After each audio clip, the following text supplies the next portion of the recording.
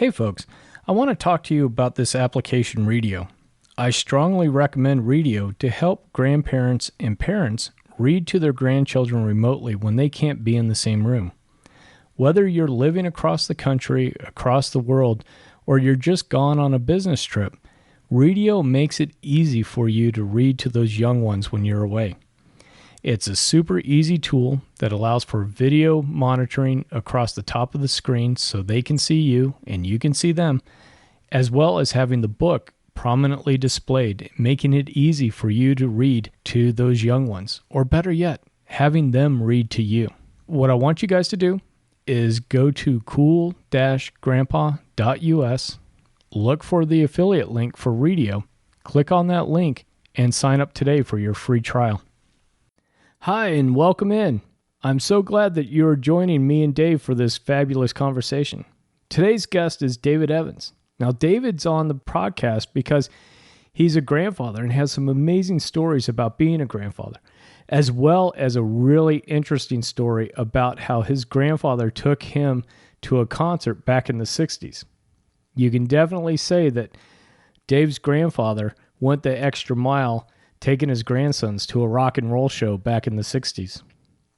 Now, we have Dave on not just to talk about being a grandfather, but we also have him on in particular to share his story about supporting his family and his one granddaughter in particular, Nyia.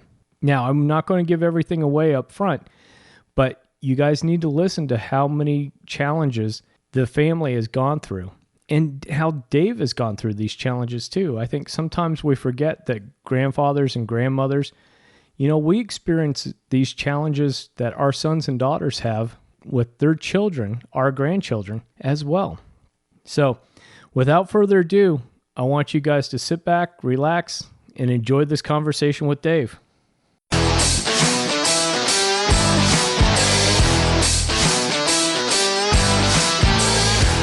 Hello, and welcome to the Cool Grandpa Podcast. This is your host, Greg Payne, coming at you from Studio 12. This podcast is about being the best possible grandpa you can be, focusing on what it is to be a grandpa and how we can all share that experience together for our grandchildren.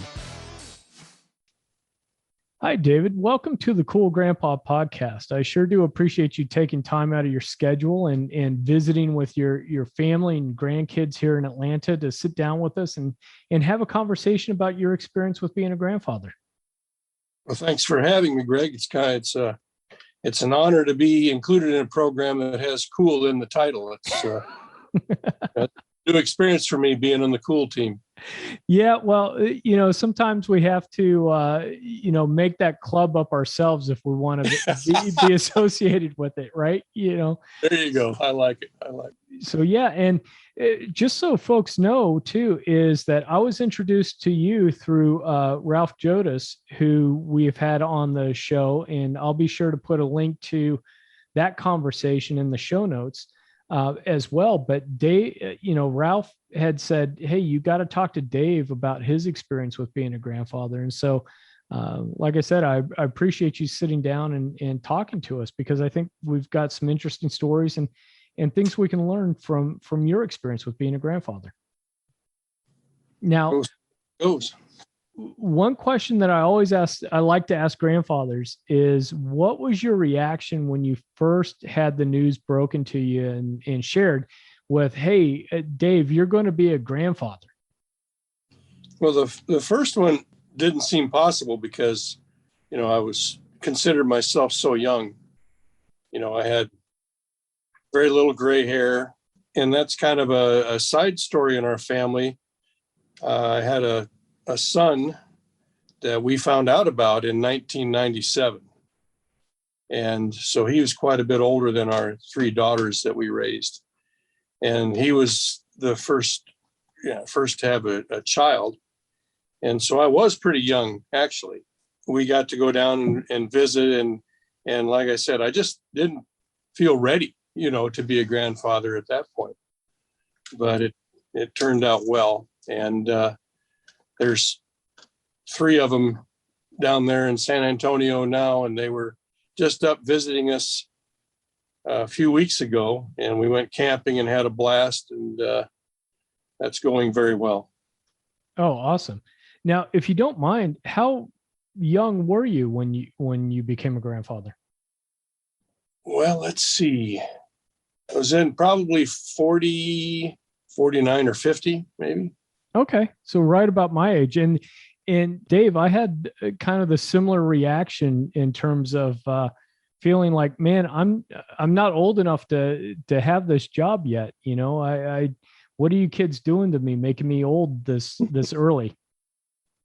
And so that's why I love hearing other people's stories about when they became a grandfather, because everybody has a reaction along the spectrum of, you know, I'm too young for this, to boy, I thought those kids would never have grandkids. So your son had the first grandchild, right? Yeah, and then our oldest daughter had the second one, Okay. and just turned 7 in July, and Okay.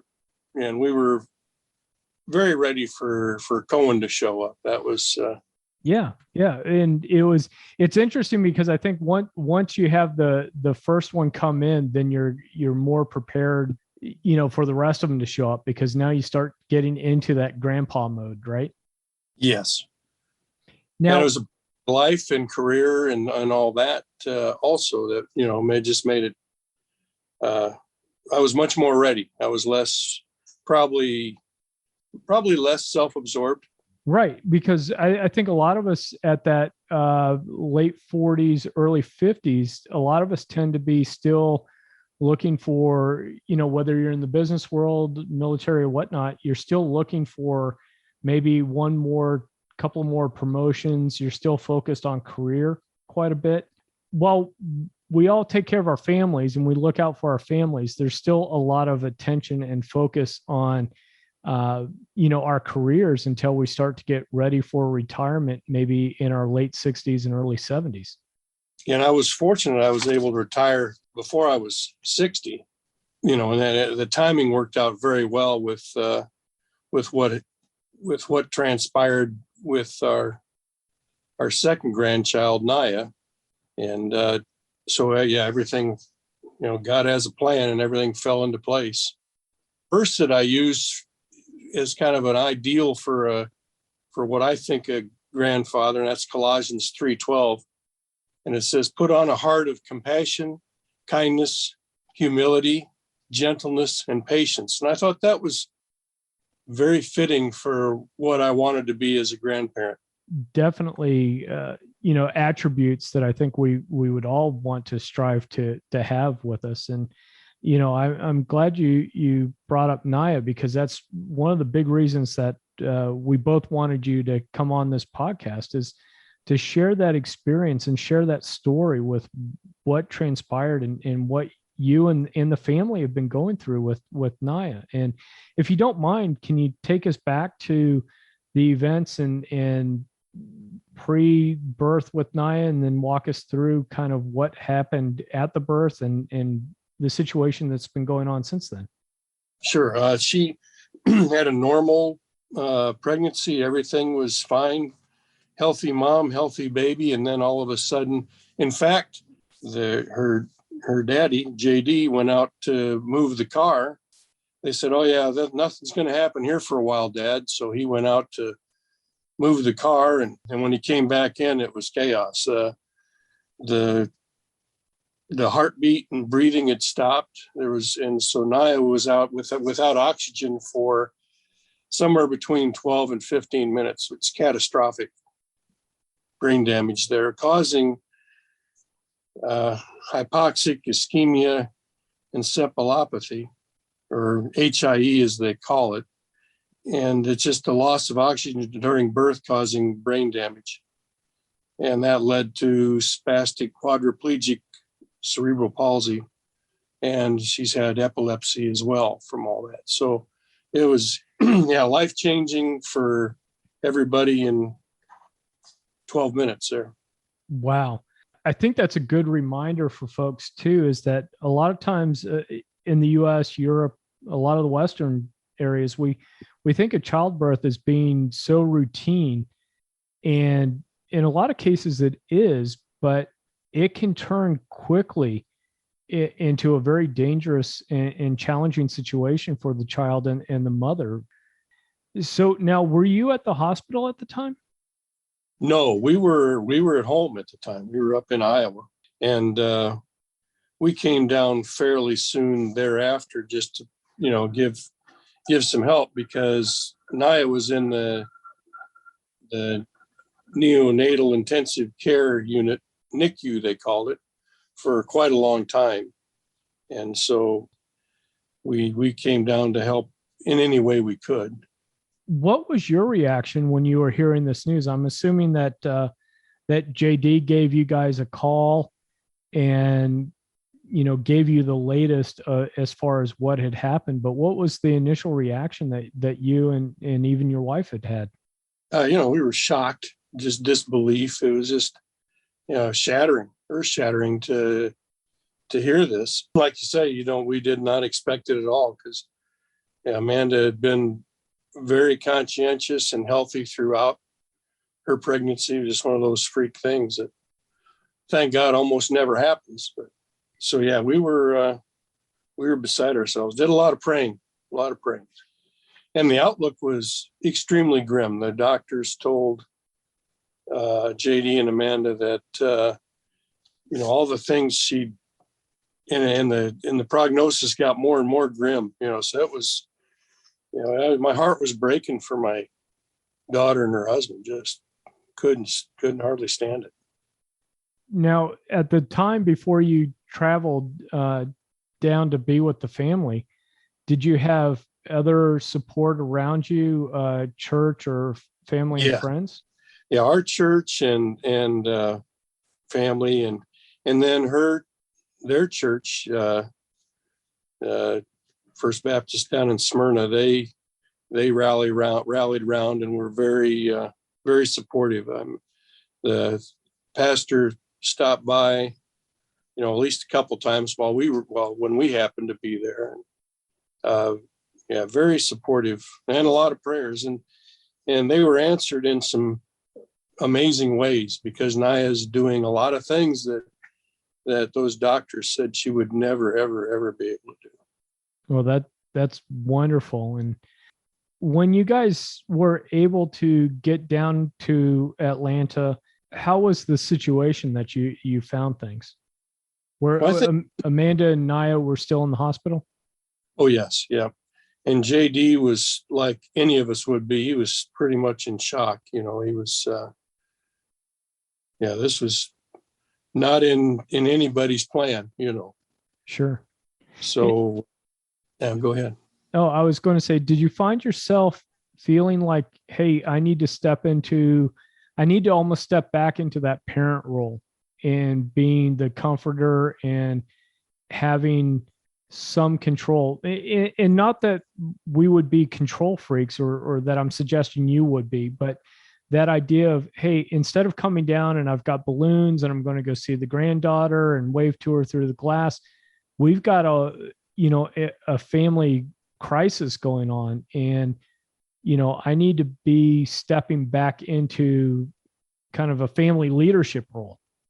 I think that's a good observation. I hadn't thought about that, but that's what probably transpired, you bet.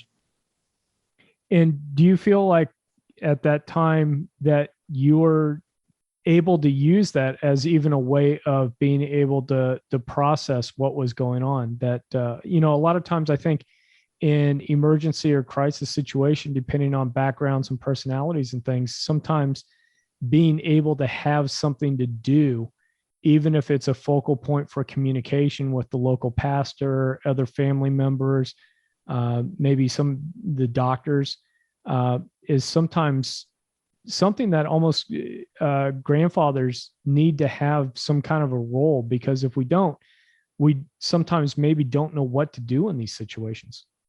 Yes. Yeah, I think that's well said.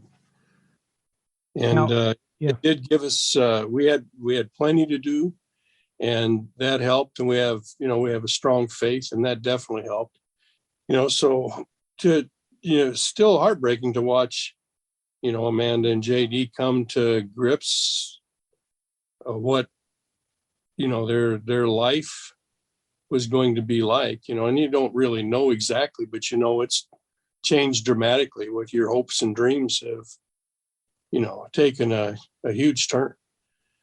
So just trying to encourage them and lift them up, and then my wife Lynette and I, spent time lifting each other up too, because we were devastated as well. Well, and I think that's an important part to remember that you said was, making sure that you also were lifting up, your wife, because with every grandchild, and if you're a parent, as the children come, I think we all have these expectations and we all have these anticipations of activities of, watching our daughters playing soccer or doing gymnastics, or what's that Sweet 16 going to look like, and what's prom going to look like. And, we're already projecting almost a life for these children, or at least sometimes in my case, and when I'm talking to other people. And then all of a sudden that perspective and those plans and assumptions and dreams radically shift. And I think we can all be very alone sometimes in our own heads as we're trying to process that. So I think, to your point, if, heaven forbid anybody has to go through this, is remembering that part of, I think that family leadership is stepping in to comfort even the people on the periphery a little bit. And I don't mean grandparents are on periphery, but we're grandparents. We're not the parents. Does that make sense? Yes, I think very, very much.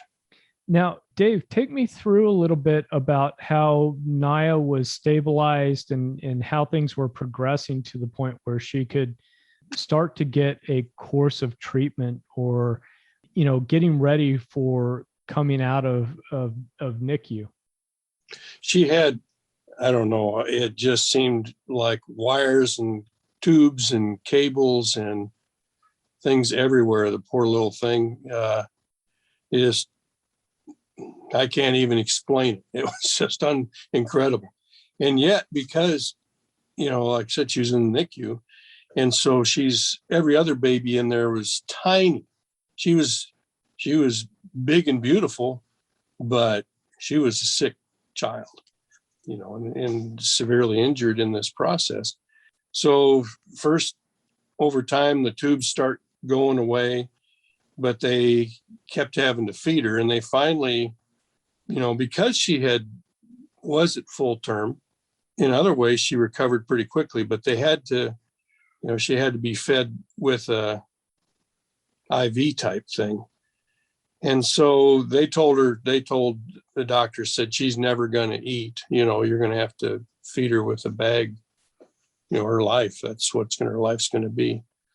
So they had to learn how to do the feeding, and they had to learn a bunch of emergency procedures, because I don't know if you remember, what it was like when you brought your first child home. That was just nerve-wracking, for my wife and I. When we brought our first one home, we were a little panicky, with, well, what about this? What about that? And with all these other things added on to JD and Amanda's plate, it was overwhelming. But we were able there when she came home. So they had some extra hands and things like that. But still, it was, they took on a lot. They took on a huge thing, but they wanted to get her home, and they were able to do that. And gradually they kept working on getting her able to eat. It's been an amazing ride, because Amanda has said, early on, if she could only do this, that would change everything. And then lo and behold, she's able to do that. But we're not, Amanda's not satisfied with that by that point, by the time that happens. So she said, if only she can eat. And now, of course, she's eating like a horse. I was just upstairs feeding her a little bit ago, helping feed her. And she's doing a really good job with that. And she'll work the fork or spoon herself for a while. Now, she gets tired very easily, because these things are very difficult for her.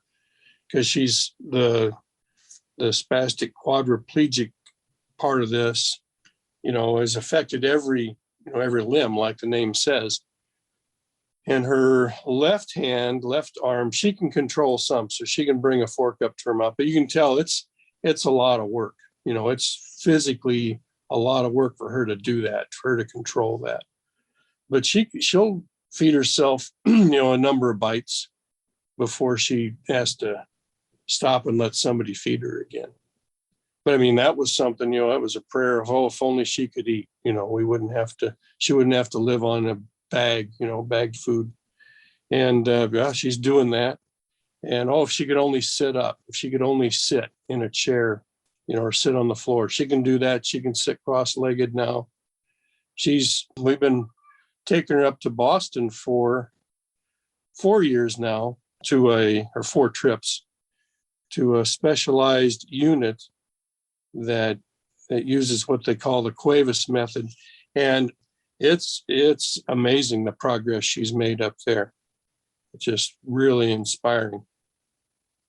Very well-trained people, big hearts, and they've made huge strides. Every time she's up there, she's just made huge strides in her progress. So she's taken some steps unassisted now. And that's just, I mean, from somebody who was never going to eat, was never going to be able to sit up, was never going to be able to do anything. Just basically they said she was going to be a vegetable, and they didn't see, much chance of any kind of intelligence at all. And she's doing all kinds of stuff, and she's smart. She knows what's going on. She likes to play jokes on me, so she's got her jokes. That's awesome to hear. Dave, what's the name of the facility? I'd love to look it up and put a link in the show notes. So if folks wanted to just investigate and read on the facility. It's called NAPA, NAPA. And it's in, there's one in Denver, there's one in Boston, there's one in Austin, Texas, a new one there. And one in LA. I think that's all of them right now. They're very limited, but they do a great job. Find it and put the link in the show notes. So if you want to investigate some of the other work that they're doing, we'll be sure to make that accessible. Now, people from all over the world there. I mean, from when we've been there, there's been people from, Europe and Middle East, all over the place. It sounds like they very specialized, almost like I think what we hear about sometimes with the spinal cord injuries and some of the facilities that work with people with spinal cord injuries. So now you're talking that Nyia is able to feed herself and starting to have, I don't know if goals are the right word or milestone activities, whether it's physical or mental, but what have some of those things and how has the family worked towards those goals? Has it been a case of here's what the doctors and the facilities have said, hey, you need to work on X so that she can do this? Or has it been a case of mom and dad and grandparents saying, hey, we're going to work with her and get the muscle memory to figure out how to, have a couple of bites of food on her own? Yeah, it's been, I got to give a lot of credit to Amanda, her mom. She spends, she spends countless hours researching things, following up. There's been some good doctors and nurses and therapists involved, but also it's taken a lot of persistence and patience and not settling for the first answer you get necessarily. That's good advice. And we hear it, but until it affects you or you're in that situation, that idea of pushing the doctors and not settling for the first answer or an answer that you don't find satisfying. I think most of us want to assume that doctors are doing their best and they're giving you the best information. And a lot of times I think they are. But other times I think we've got to be our own advocates, and we've got to be advocates for our children and our grandchildren, and push the doctors a little bit to look for those hidden therapies and look for those things that may not be common, especially when you're dealing with something that's rare or uncommon in the kids' lives. Yes. And that's something Amanda has done very, very, very well. And JD too, when his work, and he was deployed to Afghanistan for almost a year. And then he works in the movie business, and so has, 12-hour days are the norm, and a lot of commute on top of that, Atlanta traffic. So he might have an hour and a half commute on each end of that 12-hour day. So he's been paying the bills for for everybody. It sounds like a great guy. And Amanda sounds like a fabulous mom. Yeah, she's been wonderful. Wonderful. You had talked a little bit when we had a brief introduction call too, is that, Nyia is enjoying having books read to her, that she's at 4 years old. She's able to follow along, I think, with some of the children's stories, and she loves having books read to her. Oh yeah, that was her first word, was book. And she's been saying that for a year and a half, 2 years probably. She doesn't have very many words at all, but that was her first one. And we've been reading to her since she was tiny, tiny baby. When they told her I was going to be coming down here, I left our other grandkids up in the DC area the other day and came down here, and her mom told her I was coming, and she just looked at her. Nyia looked at Amanda and said, book. So, she knows the reading grandpa is on the way. We'll go through a stack of 25 books, and she'll pick out 15 of them, and we'll read our way through them, and then we'll pick out 25 more books, and we'll just keep reading.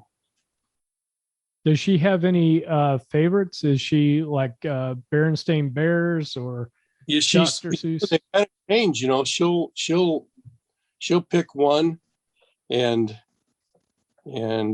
she'll have like 10 she loves, like Dragons Love Tacos. She loved that one. And then The Day the Colors Ran Away, or The Day the Colors Came Home, those books, she liked those a lot. And then there's like Llama Llama, she's gone through, but like I said, it'll change. One will be like in the hit parade, or 10 of them will be on the hit parade for 2 or 3 months, and then she gets tired of them, and like all of us. And then sometimes you can recycle them back in after it's been a few months, and she knows what she wants to hear or have read to her, and she's not shy at all about letting you know. So I'll hold the book up, and she'll either shake her head or say, yeah. Do you think maybe she also picks out books to communicate mood, or I guess mood's what I'm looking for, happy, sad, things like that? Or do you think that's a great question, Greg. I don't know. I haven't picked up on that. If that's the case, I'm going to watch for that.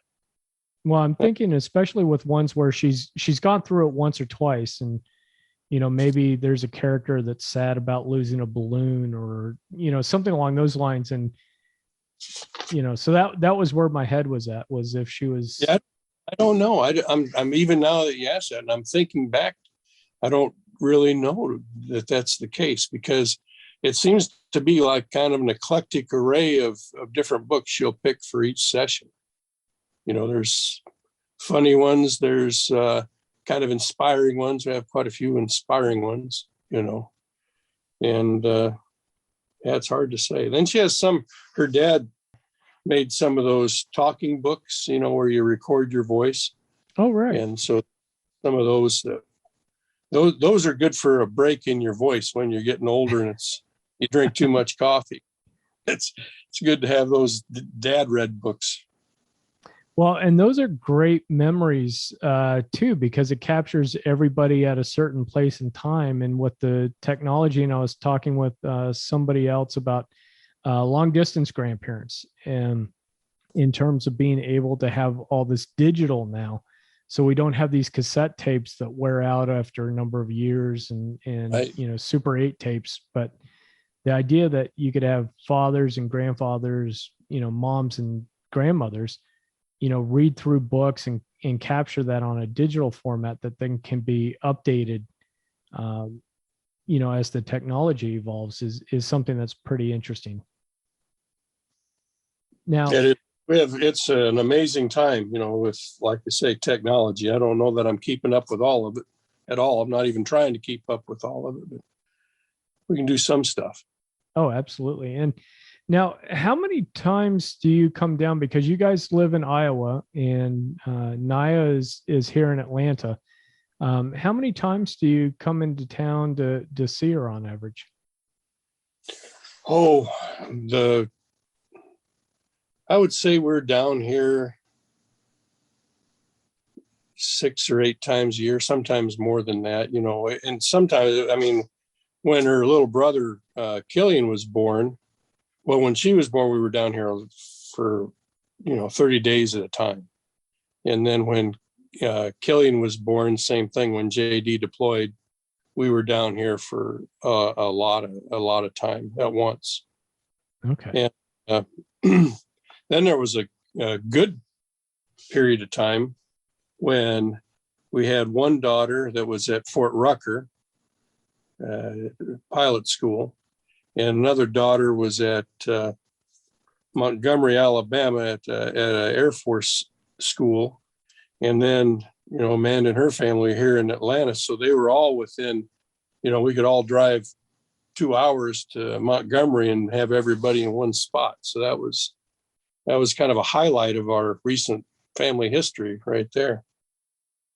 Yeah, that makes it easy when they're clustered together. And I'm extremely lucky because my 2 boys get along extremely well and their families live in the same neighborhood. So wow. Yeah. So I'm loving this, that when we go to see one, we see the other one as well. And I'm fortunate that I don't have one in Denver and one in Portland, Maine. Yeah. But it's great having them clustered close. And it's great to get along like that. That's very cool. Yeah. It's fabulous. It's been great. They're, we always used to joke when they were growing up, they're best of friends and worst of enemies. Yeah.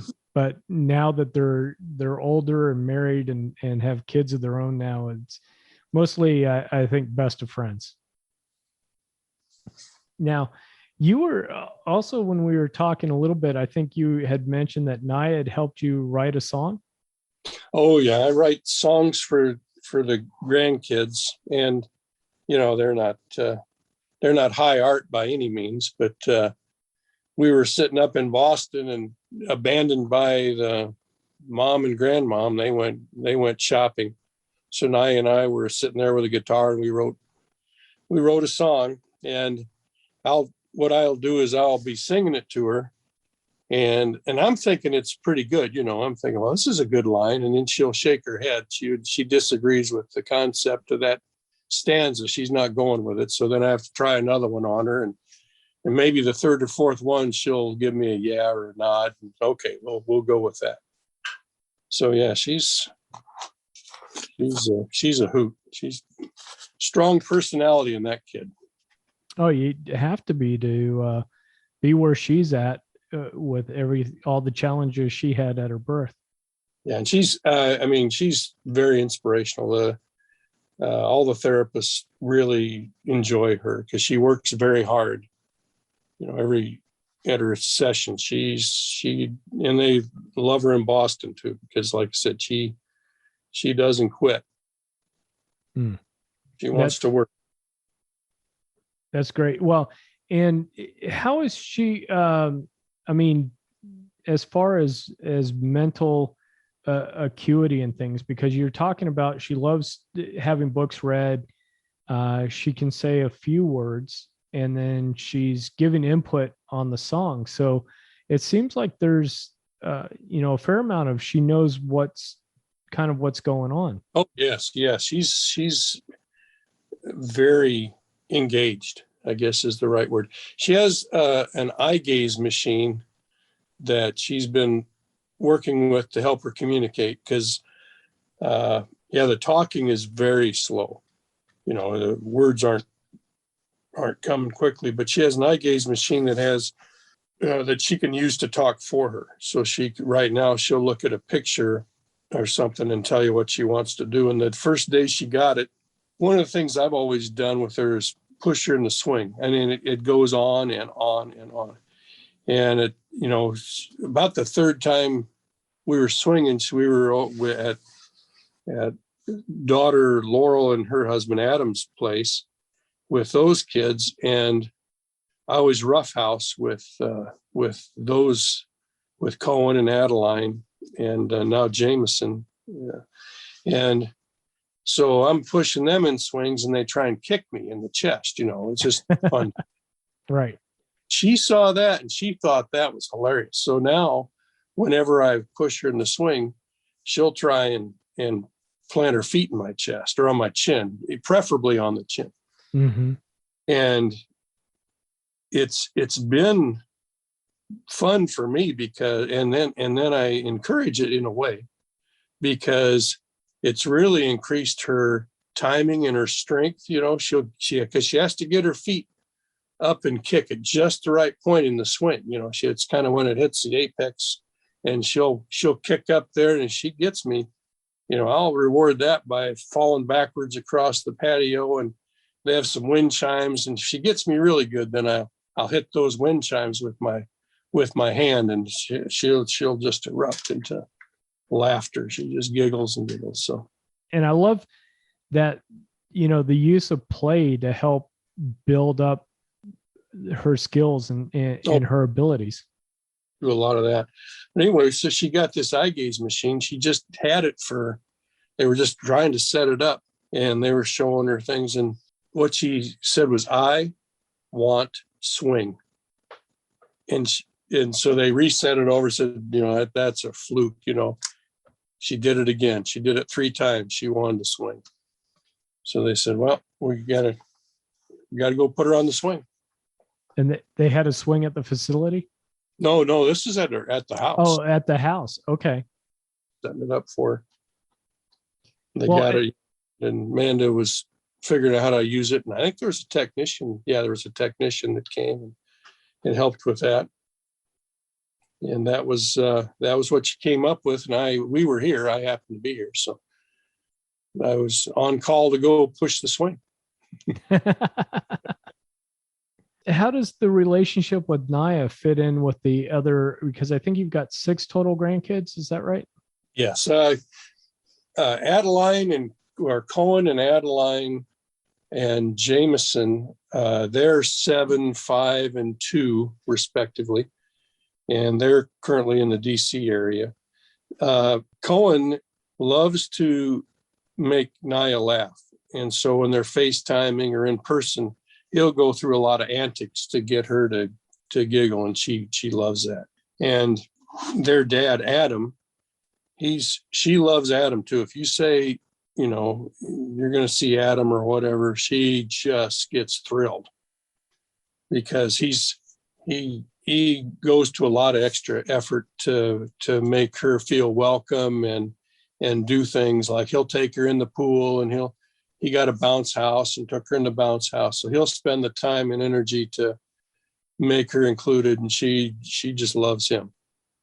So, and then Adeline is very kind, and she'll have tea parties with Nyia, and they'll play together, and so that it's working out very well. Jameson's 2, so he's 2. Yeah. He's like he and Killian are they play together when we get them all together.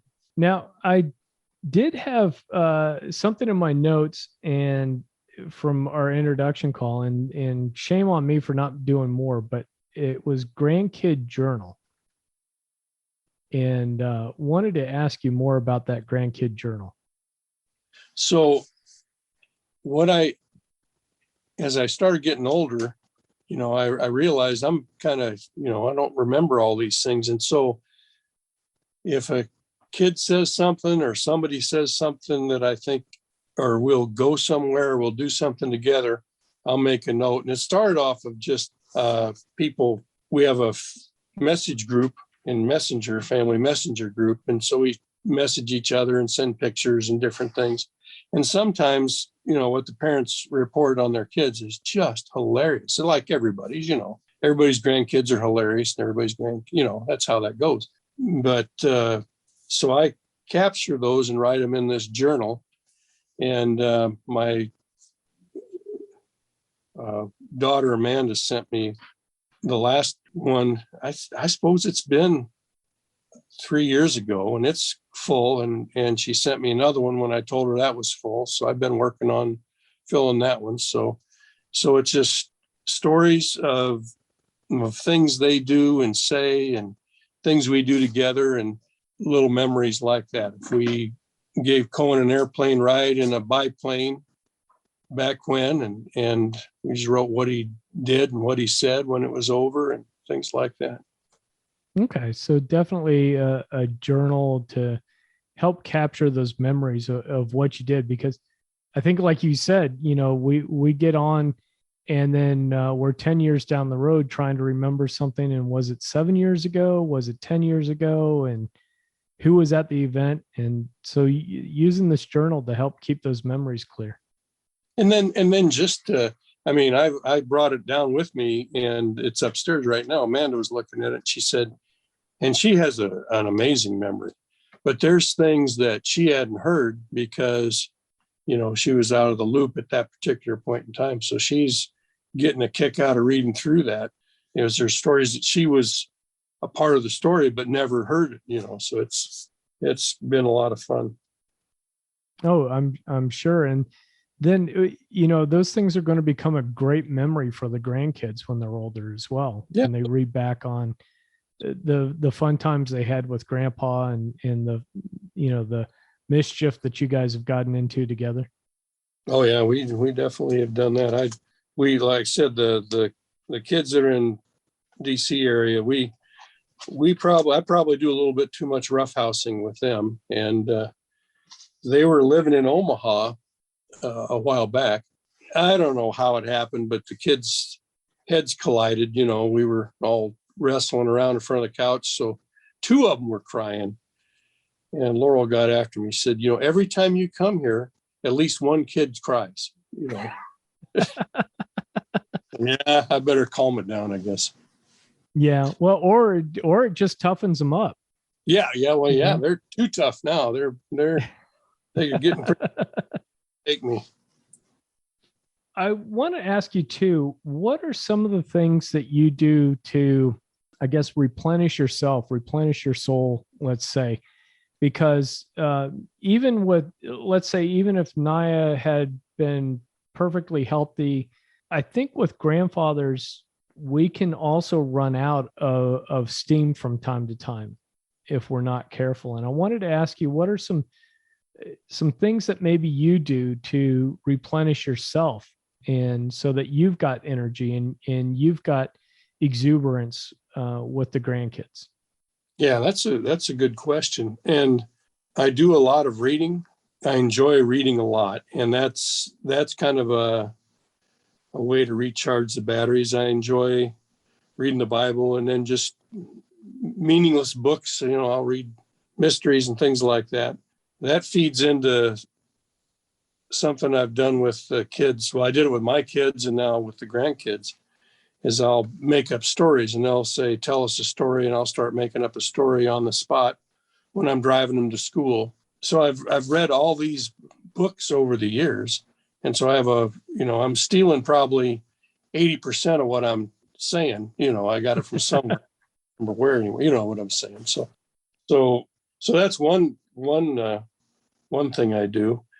What I should do more of is exercise. I go through cycles where I work out. When I'm doing that, then of course that really, really helps in both the roughhousing and recovery time and being able to be high energy, with those kids. Yeah, and I think that's a good point. That I think sometimes as we get older, we slow it down a little bit and maybe don't do the exercising the way we should, because we're certainly, I think, different from our grandparents' generation in that as we're heading into our 50s, a lot of us are still somewhat active, and then we get injured trying to do, as my chiropractor would say, we try doing too much with too little, meaning we jump in and try to wrestle around with all the kids without having first spent some time stretching or in the gym or taking walks even, to make sure that all the muscles and all of our bones are working as they should. You're right. Yeah. Now, I think you also had mentioned too, is that you guys take some mission trips down to Tijuana? Yes, we've been doing that for, I think this will be our 5th or 6th trip down there. We did one of the Dominican Republic too, but there's short-term mission trips, and we've built houses. We built houses down there for people, local churches and local mission groups that live in Tijuana, select the people or the orphanage or whatever we go to, and so we go down there and try and be the hands and feet of Jesus and help out where we can, and come alongside them and partner with people who live down there, like the house building. The foreman, he's just a hoot, great guy. And as long as you do what he says, the house turns out good. He had one group that had their own ideas, and that one had to get redone. Oh boy. But yeah, so it's been just a great experience to travel down there and meet some wonderful people and try and do what we can. Sure. Now, have the grandkids been able to, I know they're still young, but have they been able to pick up on the fact that grandpa and grandma go off and serve and perform these acts of service for other people? The older grandson is aware of that, but I don't think we've really talked much about that with Cohen and them. I'll have to. I mean, Grandma's out right now with. She's been out in the DC area for 3 weeks already, and I don't know when she's gonna be done. So I don't know what she's telling them. She might tell them. Because I've had other grandfathers and people that I've known where they've taken both short-term and long-term mission trips. And as difficult as sometimes that could be, where you could go, hey, I could have been spending this time with the family, but I think the reward of serving other people and taking on a broader perspective is something that also rewards the grandchildren, because it feeds the grandparents, and then it's also a reminder to the grandkids about serving other people and being of service to other people. Yeah, I think that's a good observation as well. Yeah, we haven't spent a lot of time dwelling on that with them, with the younger ones. Right. Well, and it's definitely one of those, like, I don't know, 4-year-olds, 5-year-olds, 6-year-olds aren't going to get it, but as they get older into their early teens and they're able to even go out and do some service projects themselves, I think it's a nice little role model that you guys, are doing and being for the grandchildren of going out and doing service. Because now we took our kids on. We were stationed in El Paso back in 96, 97, and we took the kids, all 3 of our daughters, down to Juarez and build a house there on 3 successive weekends. We did it through the Fort Chapel there. And so all 3 of our daughters have done that. And then the youngest went to New Orleans after the hurricane and did some horrible work cleaning up, it was like a year and a half, 2 years later, and they were cleaning up mobile homes and just horrible conditions. And then Amanda, she went on a mission trip to Mexico. So yeah, they've embraced. So yeah, the grandkids' parents have done that kind of thing as well. So it's just great being able to start that as a generational tradition of service and looking outside yourself. What's the prognosis and what's going on? What does the future look like for Nyia? That's a hard thing to say, because the limits that she's kind of broken through, all the limits that, I don't know if all of them, but most of the ones that they said. So I don't think I think we're just setting, maybe a handful of objectives at a time. Let's increase the ability to use words. Let's get better at this eye gaze machine. Let's take 8 steps, things like that, and just keep working with improvement, just continuous improvement. Sometimes she'll make amazing progress in 3 weeks, and other times it's kind of plateaus a little bit for a while, but, kind of a little steady. Well, and even, if you think about it, even our, I don't know, let's say normal kids development, right? Even the 18-month-olds and the 2-year-olds and things, all of a sudden they go from crawling to standing up to walking to running. And sometimes these happen in very short bursts, and other times it seems like it takes forever. I remember, our youngest son didn't talk forever, and we were about to go get him tested and find out what's going on. Next thing you know, he starts jabbering, and we haven't been able to shut him up in 27 years. Love it. So, now, Dave, as we're starting to wrap up this conversation, one of the things I'd love for you to reflect on is, what advice would you have maybe for other grandfathers that are going through, certainly not the exact situation, because no situation's exact, but a similar situation where, all your best laid plans and expectations suddenly change in an instant. And what's some of the advice and some of the things that you've learned over reflection in these years that may be of help for other grandfathers?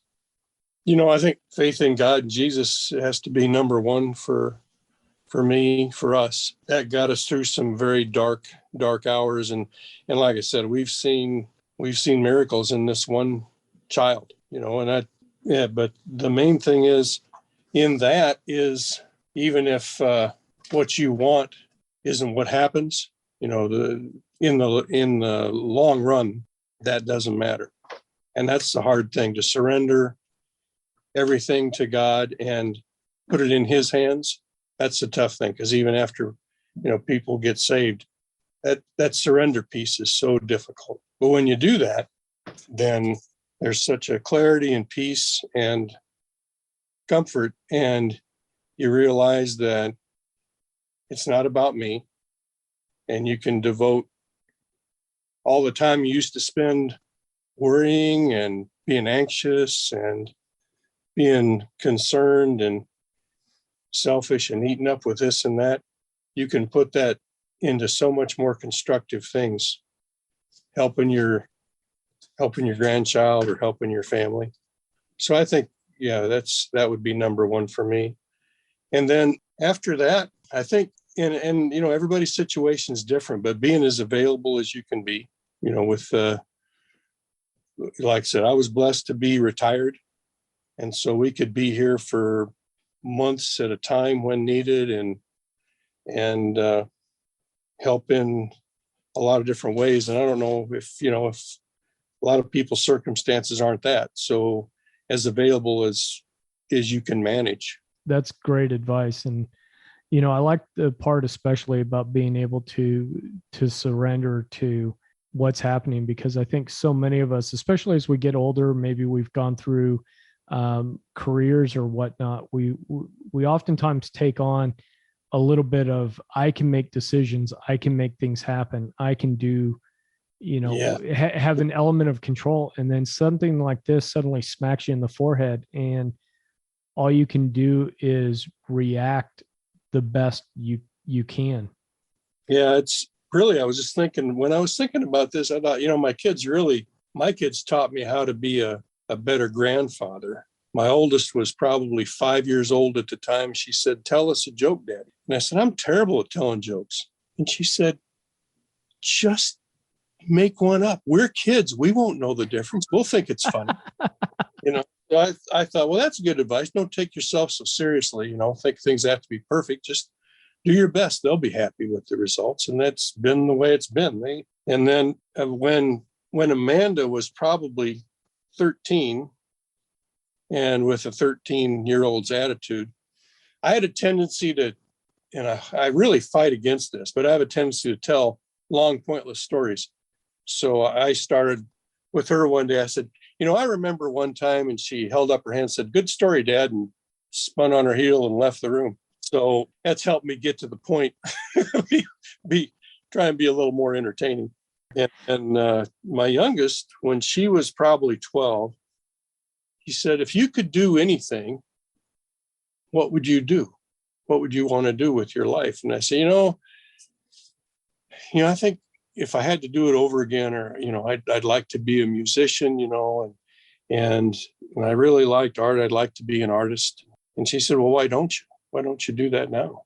And that was one of those life-changing moments. I started playing guitar and took art classes, and just have enjoyed that immensely, and there's a 12-year-old so those kind of things have helped me be a better grandpa, because I can make up songs. I do I drew some incentive paper trophies for the kids while they were homeschooling for COVID. I had to stay at home. So the daughter Laurel came up with an idea to incentivize Cohen and Adeline to achieve certain things.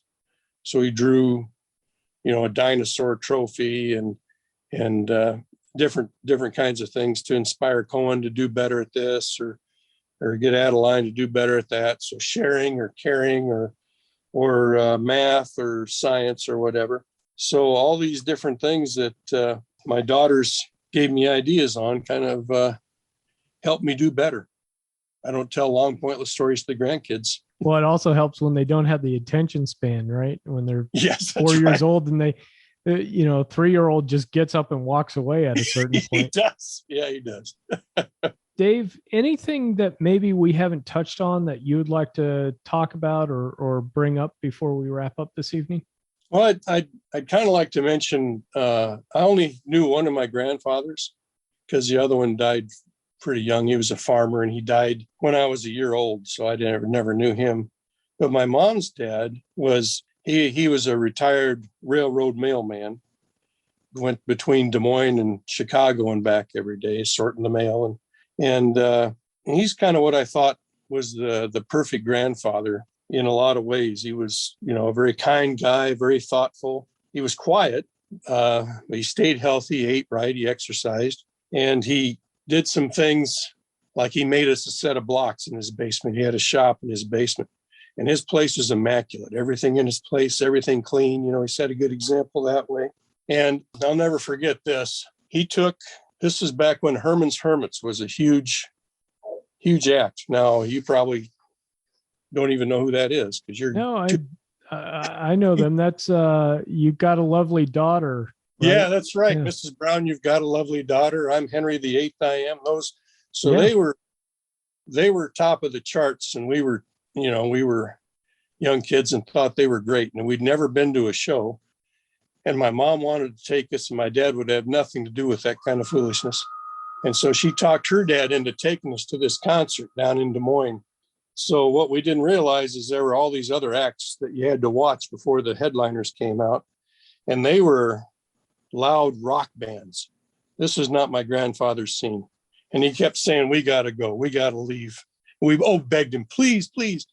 Herman's Hermits are going to be..." So anyway, this poor old guy endured this whole thing so we could see this concert. And then Herman's Hermits got out there, and I think they felt intimidated by Eric Burdon and the Animals and the Seven Sons of the Seven Sons were such hard rockers. So they amped up their music too. So we only got to hear one song. Oh, But he was a good guy. oh, that's great. And what was his name? His name was Joe Landman, Landman, Joseph Landman. Big heart. Oh, it sounds like it. I mean, take your grandkids to a rock show. That's got to be something, right? Yeah. I mean, it is so far, so alien and foreign to him and anything he enjoyed. I mean, he's a world traveler, but rock music was not, he didn't consider that music at all. No, I'm sure he was probably a swing band, big band guy. Classical was more his. Oh, one okay. of my daughters, in fact, ended up whatever they call the head violinist in the orchestra in White Plains, New York. She was very accomplished. Well, Dave, I appreciate you being on the Cool Grandpa podcast and talking to us about your grandchildren and Nyia and certainly Joel here at the end. This has been a fabulous conversation for us. And so I just wanted to say thank you again for being on here. And I know your story and your experiences are going to be helpful for not only other grandfathers, but other families that listen to this recording. So thank you. Well, thank you. I appreciate the opportunity to tell, like I said, about Nyia primarily and share this with you. Thank you. That was a great conversation with Dave. I really enjoyed learning how he was able to step in and support the family and support Nyia, the special relationship that he and I have together. I especially like how she helps him write some of the music that he's composing in between the visits. Now, one of the things, too, that I really enjoyed hearing was how his grandfather took him to go see Hermit's Hermits and how he put up with a loud rock and roll show. That is extraordinary, and it's something that's really interesting, and it goes to show you just how much that influence, I think, of going the extra mile and serving and supporting the grandkids probably affected Dave without him even knowing it. I hope you enjoyed this conversation. I hope it touched you. And if it did, please share this conversation with somebody. That's a great way to help support getting the message out about the importance of grandfathers.